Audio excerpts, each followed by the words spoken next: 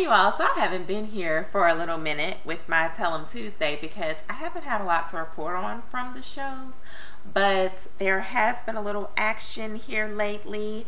So I do have a Tell 'em Tuesday. Okay, so firstly, y'all know I was like getting sick and tired of the game. But I'm happy that Mel and Tasha have made up. I'm still not feeling Tasha in the whole gigolo situation. But I'm glad that her and Mel have made up.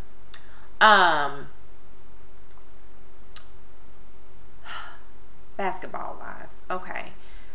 This last episode, I so respect Royce. Royce is like my she like is my dog, like, you know, from behind the TV screen, because I so respect that what she says to one person, she'll repeat, you know, to whoever she's talking about. Like, I totally respect her, you know, telling Keisha that she felt that, you know, Tammy might have been in the wrong, and then her going to Tammy and saying, hey, you know, you're wrong for this. And she's right.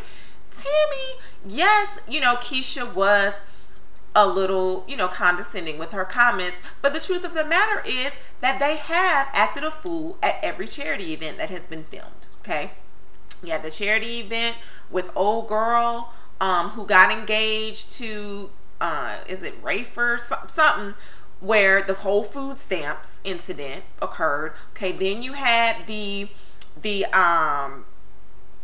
event with the horse show or whatever, where her and Mika got into it.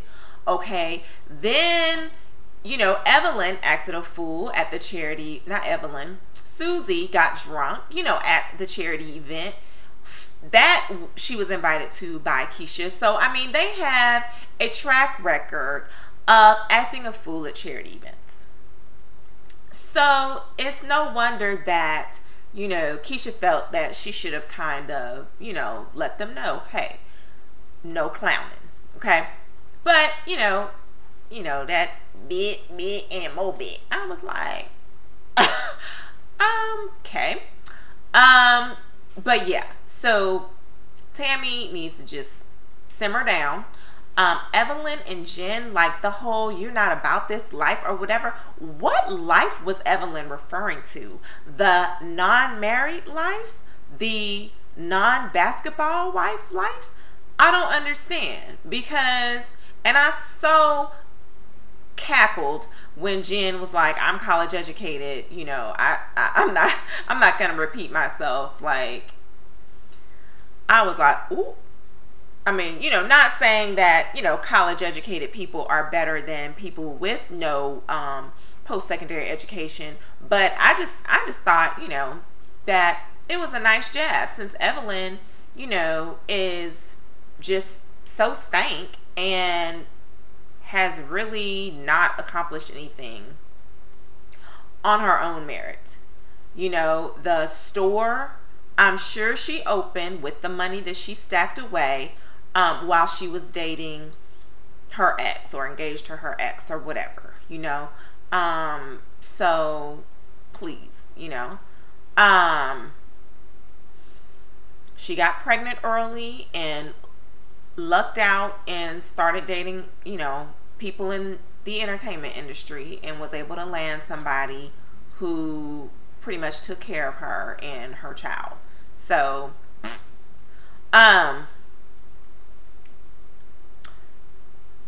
Kenya, okay, I think she's cuckoo for Cocoa Puffs. Like, seriously, which, I mean, clearly it seems apparent since she stabbed her husband or whatever. It's like, why do they put these like certifiably crazy people on these reality shows? Like, I mean, I understand, you know, it's all about the drama, you know, but Real Housewives of Atlanta. Oh, Kim is pregnant again, y'all. For those of you who don't know, she is. And the whole birthday party thing, you know, whatever. Like, that's Phaedra's first child. I mean, yes, over the top, you know, but she's in her mid to late 30s and this is her first child. So, I mean, let her be over the top, whatever, who cares, you know. And everyone, you know, Sheree making her little comments, everyone knew, you know, that she was over the top at the baby shower. So why would they think that his birthday party would be any less, you know, stated? Like, seriously, come on. So Aiden is so adorable. But Cynthia and Mal, you know, I'm glad she, you know, straightened Mal out, but I wish she would use some of that, you know, when speaking with Peter, because she seems to have no backbone really with him. But, you know, her sister, she can basically tell to, you know, bug off. So, yeah, but I do, and what I don't like with Cynthia is that she is going to Peter, telling her stuff that Mal said, going to Mal and telling her stuff that Peter said. And it's like, of course there's gonna the discourse is gonna remain, because you're running back and forth telling people what somebody else said, but then you want them to get along.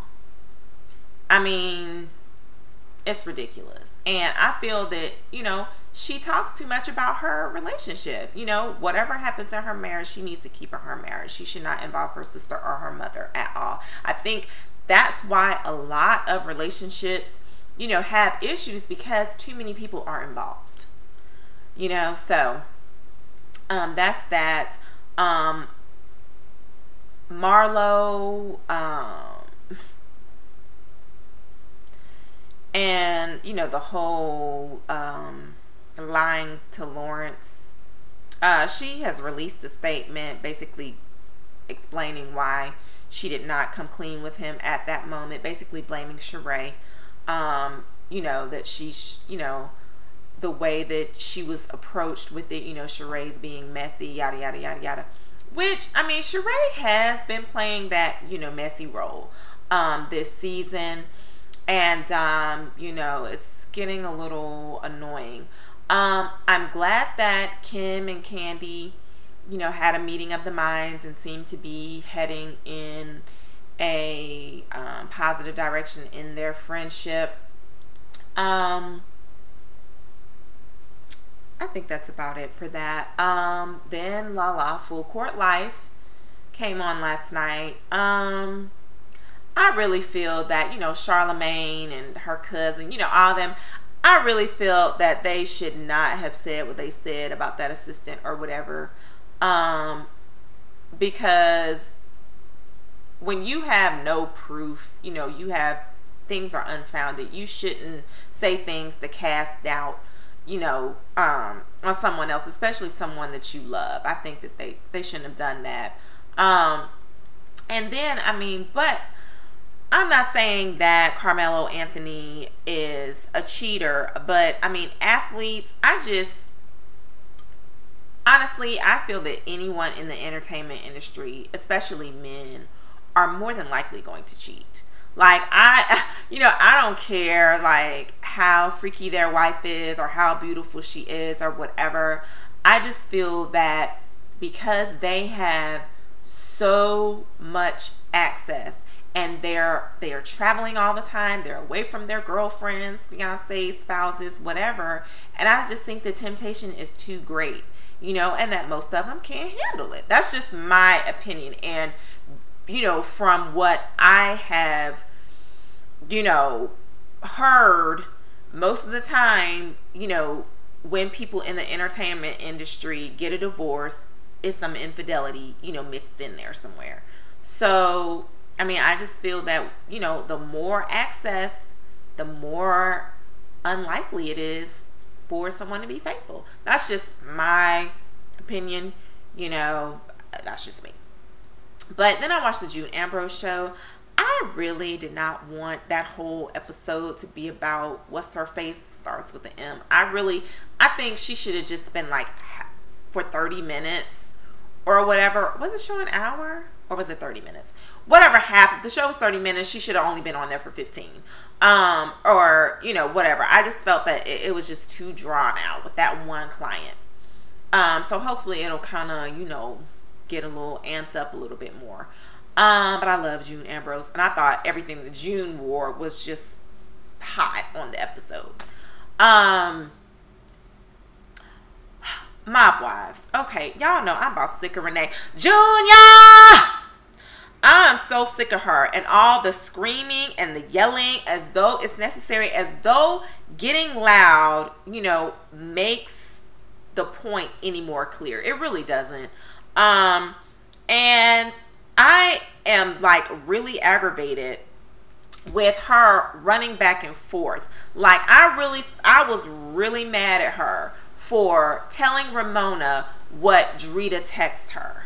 Like, when I've said this before, if you are friends with two individuals who don't like each other, you do not repeat what person A said about person B to person B, or what person B said about person A to person A. You stay out of it. Whatever they say about each other, you know, okay, whatever, in one ear, out the other. You don't, you know, go all like this. You know, the only thing you should be doing, if anything, is trying to squash the beef, but not going to the opposite persons and saying what was said. Like, that is just recipe for disaster, okay, and drama. So, you know, that's ridiculous. That whole camping thing, I'm like, I cannot go anywhere with Renee. I'm sorry, I couldn't go to the stop sign with her, let alone on a trip. Like, no, I just can't take it. All the screaming, the just, it's ridiculous. And y'all know I love me some dang old Big Ange. Me and my best friend, we have the laugh, you know.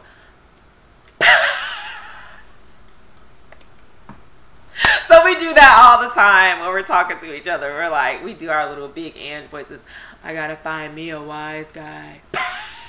So, yeah, I'm crazy, but wise guys.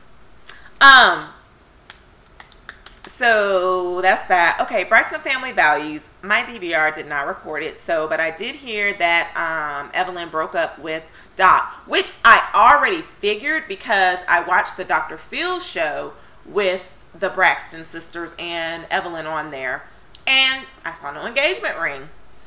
So I figured that, you know, she broke it off because she didn't seem that interested in the wedding planning, and she just seemed kind of disassociated with the whole thing. And then, you know, like I said, I saw her on Dr. Phil and she had no engagement ring, no band, no nothing. So I was like, And then supposedly Gabe, you know, confessed all this stuff in front of Trina's family. I really want to know why they act like Trina has done nothing. Trina said that Gabe has only indulged in cyber relationships, okay? He's not cheated physically. Trina has cheated physically, okay? So I'm not saying, you know, one cheating is better or worse than another cheating. I mean, cheating is cheating. But, I mean, honestly, I would feel way more hurt if my spouse cheated on me physically than he's doing little stuff on the internet. Like, cheating physically would, like, be much worse, you know, for me. And so I don't understand why they're acting like Trina has done nothing wrong and Gabe, you know, is just this unfaithful animal, you know? And I'm just like, it's ridiculous, but I just don't understand why they're together. Like, either party, like, if he's done all this cyber stuff and she doesn't appreciate it, can't trust him, then what is there? And then he's having to try to force her, you know, into reconciliation, and she's put him out of the room and bad-mouthing him to her family. And it's like, I don't understand why either party would want to deal with that. I mean, they're both, you know, attractive people, you know, so it's like, what?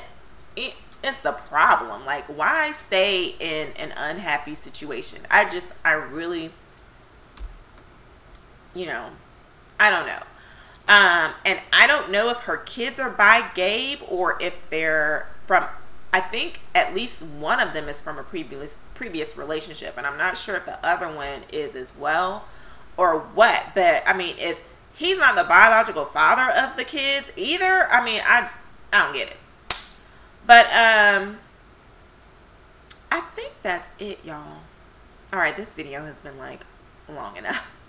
All right, peace.